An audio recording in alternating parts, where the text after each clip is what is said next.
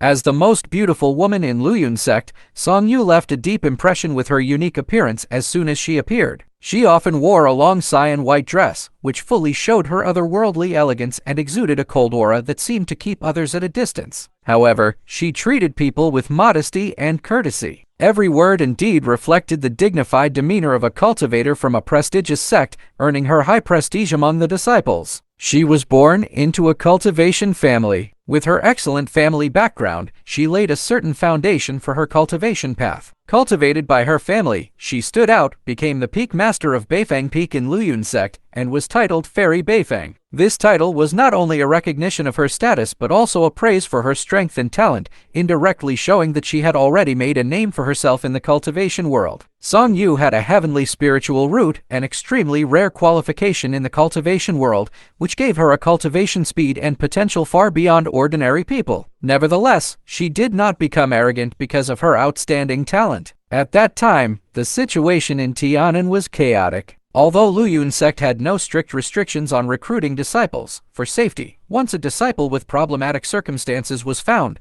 Song Yu would be sent to investigate with the spiritual clarity insight. This magical ability could perceive one's state of mind and distinguish between good and evil. Only after confirming no problems would the person be officially accepted as a disciple of Luyun sect. Han Li was one of the disciples investigated at that time. Song Yu approached Han Li and Dudong in the name of guiding disciples. When using the spiritual clarity insight, Song Yu's spiritual consciousness was weaker than Han Li's, and Han Li had no malice towards Luyun sect, so he naturally deceived her. Song Yu also noticed Han Li's uniqueness and decided to guide him personally for 3 days. At that time, Han Li respectfully called her Senior Uncle Master Song. Unexpectedly, later when Han Li successfully formed his nascent soul. According to the sect seniority, Song Yu had to address him as Senior Uncle Han. Instead, this became an interesting story about their interaction. However, Dudong's inner thoughts were detected, and Song Yu also saw through his abnormal identity. She immediately informed the sect, and a manhunt for Dudong was launched. Originally, Song Yu and others planned to arrest Dudong after the Three Sects Incident Conference. But after the competition, Dudong had already prepared a response. He intended to enter the spiritual secret realm as a winner. Then Dudong collaborated with others from inside and outside, leading to the failure of this manhunt. But when Dudong fought with them, it just gave Han Li a chance to fish in troubled waters. Han Li sneaked into the spiritual secret realm and took out a section of spiritual root. Later, when a border war broke out between Tianan and the Mulan people, Song Yu volunteered to join the war. At that time, Han Li needed to fight a powerful enemy in the life and death duel arena,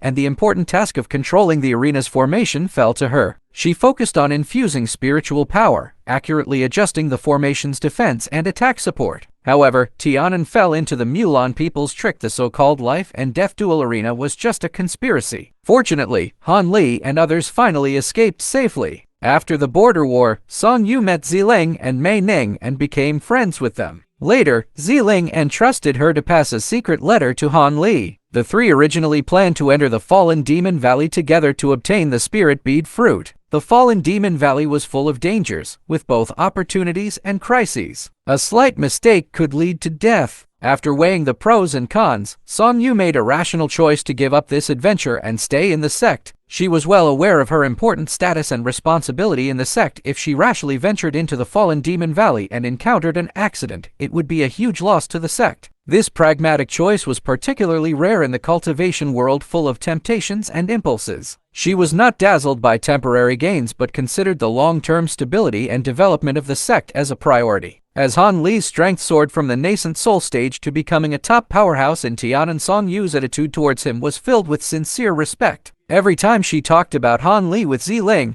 she always called him Senior Uncle Han in an admiring tone. In her eyes, Han Li not only had strong strength but also an excellent character. Once, Song Yu, Liu Yu, and Mu Pilan entered the Fallen Demon Valley again to find the transforming spirit grass for refining pills, but they were imprisoned by Han Li's second nascent soul as soon as they entered. When Han Li learned about this, he immediately rescued the three. At that time, Song Yu even suggested that Han Li find more helpers to deal with the second nascent soul, but when she felt the aura of Han Li's late-stage nascent soul cultivation, her expression changed drastically instantly, her eyes full of unbelievable shock. After reacting, she quickly stepped forward to congratulate him, her tone unable to hide her excitement. Upon learning that the three had ventured into the valley to find the transforming spirit grass for refining the illusory transformation pill, Han Li directly gave them a bottle of ready-made illusory transformation pill, which stunned them on the spot. They never expected that such a precious pill was not in short supply for Han Li at all. After Han Li became the top cultivator in Tianan, Song Yu cleverly used his reputation to promote the expansion of Luyun sect,